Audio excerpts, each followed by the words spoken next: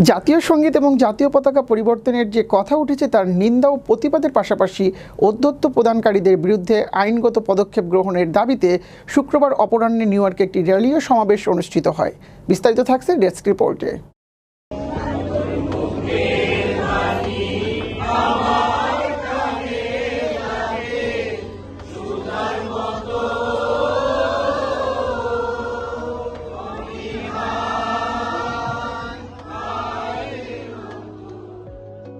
জাতীয় সঙ্গীত এবং জাতীয় পতাকা পরিবর্তনের যে কথা উঠেছে তার নিন্দা ও প্রতিবাদের পাশাপাশি এহেন উদ্ধত প্রদানকারীদের বিরুদ্ধে আইনগত পদক্ষেপ গ্রহণের দাবিতে শুক্রবার অপরাহ্নে নিউ ইয়র্কে একটি সমাবেশ অনুষ্ঠিত হয়।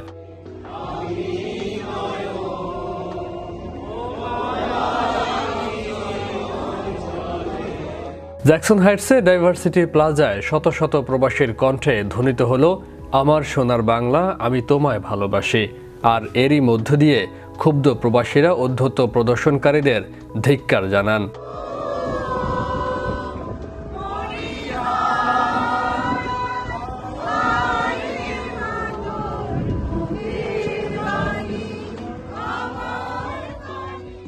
উদীচীর এ আয়োজনে সাংস্কৃতিক কর্মী ছাড়াও ছিলেন বীর মুক্তিযোদ্ধা, শহীদ পরিবারের সন্তান, সাংবাদিক, কবি, লেখক, খেটে খাওয়া প্রবাসীরা। এ সময় সুব্রত বিশ্বাসের সমন্বয়ে আলিম উদ্দিনের সঞ্চালনায় অন্যান্যদের মধ্যে বক্তব্য রাখেন সাংবাদিক সৈয়দ মোহাম্মদ উল্লাহ, বীর মুক্তিযোদ্ধা Khurshidul Islam, artist Obaidullah Mamun, community activist Mujahid Ansari প্রমুখ।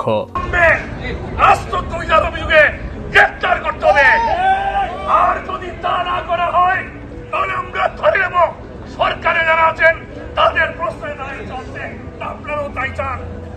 আমি বলে দিচ্ছি, আপনারা যারা যারা যে সমস্ত কুলাঙ্গার বাংলার মাটিতে জন্মে বাংলাদেশকে নকল করে পাকিস্তান বানানোর চক্রান্ত করে, তাদেরকে শুধু একটি কথা বলতে চাই, পাকিস্তানিরা আজকে বাংলাদেশ হতে চায়। পাকিস্তানের মানুষ বাংলাদেশের উন্নয়ন থেকে ঈর্ষান্বিত, তারা বাংলাদেশ হতে চায়। আর আমাদের কিছু কুলাঙ্গার তারা বাংলাদেশকে পাকিস্তান বানাতে চায়।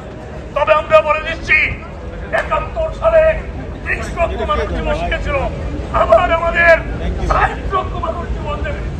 বাংলাদেশকে পরাস্ত হতে আমরা দেব না। বাংলার কন্দরে কন্দরে, খেতে খাবারে আর খেতের হাতে বসে কৃষকে লড়াই হবে। বাংলার জমির মধ্যে লড়াই হবে, আমরা কোনোদিন পরাস্ত হব না।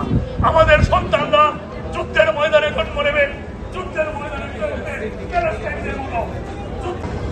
এইটার তীব্র প্রতিবাদ জানাচ্ছি। আমরা এই দেশ অসাম্প্রদায়িক একটা বাংলাদেশের আকাঙ্ক্ষায় আমরা মুক্তিযুদ্ধ করেছিলাম।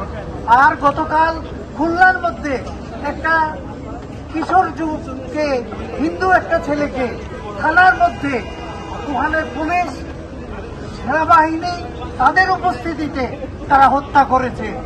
এবং এইটা কি দেখা যায়, অর্থাৎ তারা এই দেশের মধ্যে আমরা যে অসাম্প্রদায়িক। বক্তারা উল্লেখ করেন, আমরা দায়বদ্ধ মানুষের প্রতি। আমাদের অর্জন আমাদের মুক্তিযুদ্ধ নিয়ে যখনই কোনো আঘাত আসবে আমরা তার প্রতিবাদ করব। জাতীয় সঙ্গীত, জাতীয় পতাকা কারো দানে পাওয়া নয় উল্লেখ করে বঙ্গবন্ধু ফাউন্ডেশনের সাধারণ সম্পাদক হাজী আব্দুল কাদের মিয়া বলেন, লাখো শহীদের রক্তে পাওয়া এই অর্জনকে কোনোভাবেই কলঙ্কিত করা যাবে না। যখনই কেউ মুক্তিযুদ্ধ, জাতীয় পতাকা এবং জাতীয় সঙ্গীতে আঘাত করবে সবাই তার প্রতিবাদ করবই। সেই সংগঠন দীর্ঘ ১৬ বছর এই দেশকে তারা শাসন করেছে। অত্যন্ত দুঃখজনক হলেও সত্য, এই দীর্ঘ ১৬ বছর যেখানে প্রগতিশীল মানুষ তৈরি করার কথা ছিল, যে দেশে কোনো মৌলবান থাকার কথা ছিল না, যে একটানা আওয়ামী লীগের মতো একটানা ১৬ বছর কোন দল বাংলাদেশ শাসন করে নাই। কিন্তু আমরা দেখতে কি পেলাম, কোন ঐক্যের মধ্য দিয়ে যারা সামনে চলে আসলো তারা মৌলবাদী শক্তি। তাহলে ১৬ বছর কি হলো? লুটপাটের পাশাপাশি মৌলবাদ উৎপাদন হয়েছে বাংলাদেশ। সেক্টর কমান্ডার্স ফোরাম মুক্তিযুদ্ধ ৭১-এর যুক্তরাষ্ট্র শাখার সিনিয়র ভাইস প্রেসিডেন্ট বীর মুক্তিযোদ্ধা আবুল বাশার চুন্নু বলেন, যখনই দেশের ওপর আমাদের মুক্তিযুদ্ধের উপর আঘাত এসেছে আমরা প্রতিবাদ করেছি। এবারও জাতীয় সঙ্গীত গেয়ে এই কর্মসূচি সেই ধারাবাহিক প্রতিবাদেরই অংশ। এখন মীমাংসা করতে হবে কি অমীমাংসিত বিষয়। অমীমাংসিত বিষয় হচ্ছে পাকিস্তানের সাথে আমাদের যত দেনা পাওনা, সেই সমস্ত পাওনা আমাদেরকে পরিশোধ করতে হবে। এই নিউ ইয়র্কে পাকিস্তান কনসুলেটের $250 মিলিয়ন যে ভবন, তার 50% বাংলাদেশের প্রাপ্য, সেটা দিতে হবে। পাকিস্তান পিআইএ যে সম্পদ ছিল সেটা দিতে হবে। পাকিস্তান শিপিং কর্পোরেশনের যে সম্পদ ছিল সেটা দিতে হবে। পাকিস্তানের বাঙালিদের যে পেনশন ফান্ড ছিল সেগুলো দেয়নি, সেগুলো দিতে হবে। পাকিস্তানি বলে কথিত তাদের যে বিহারিরা বাংলাদেশে যারা পাকিস্তানের প্রতি আনুগত্য প্রকাশ করেছিল, পাকিস্তানি নাগরিক পাকিস্তানে ফেরত দেওয়ার কথা ছিল, তাদেরকে নেয় নাই, তাদেরকে ফেরত দিতে হবে। এগুলো হচ্ছে অমীমাংসিত বিষয়।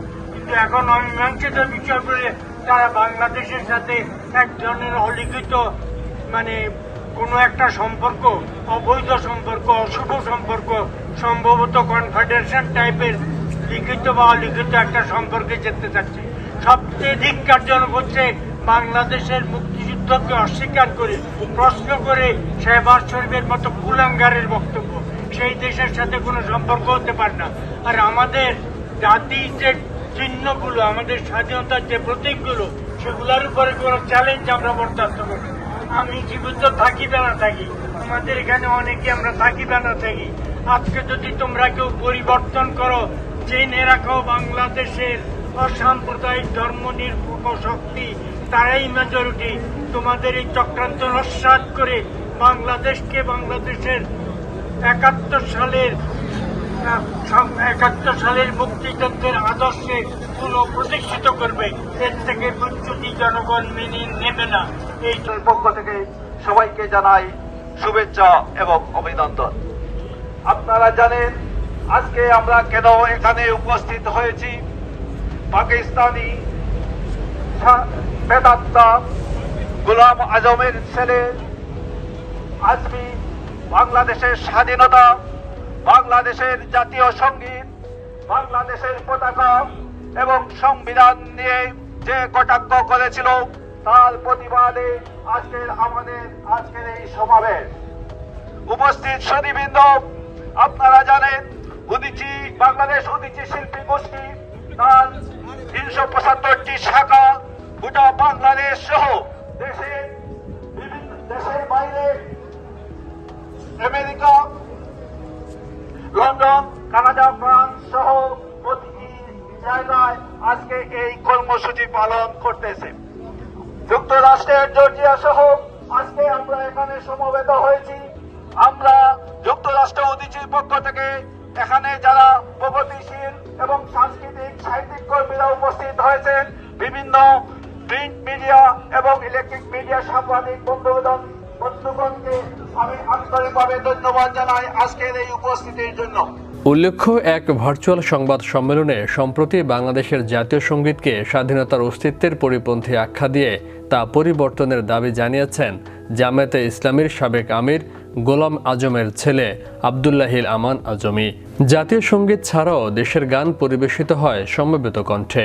ছোট্ট মনিরাও ছিল মুক্তিযুদ্ধ বিরোধী শক্তিকে ঘৃণা প্রদর্শনের এই কর্মসূচিতে। জাতীয় সঙ্গীত ছাড়াও দেশের গান পরিবেশিত হয় সমবেত কণ্ঠে। ছোট্ট মনিরাও ছিল মুক্তিযুদ্ধ বিরোধী শক্তিকে ঘৃণা প্রদর্শনের এই কর্মসূচিতে।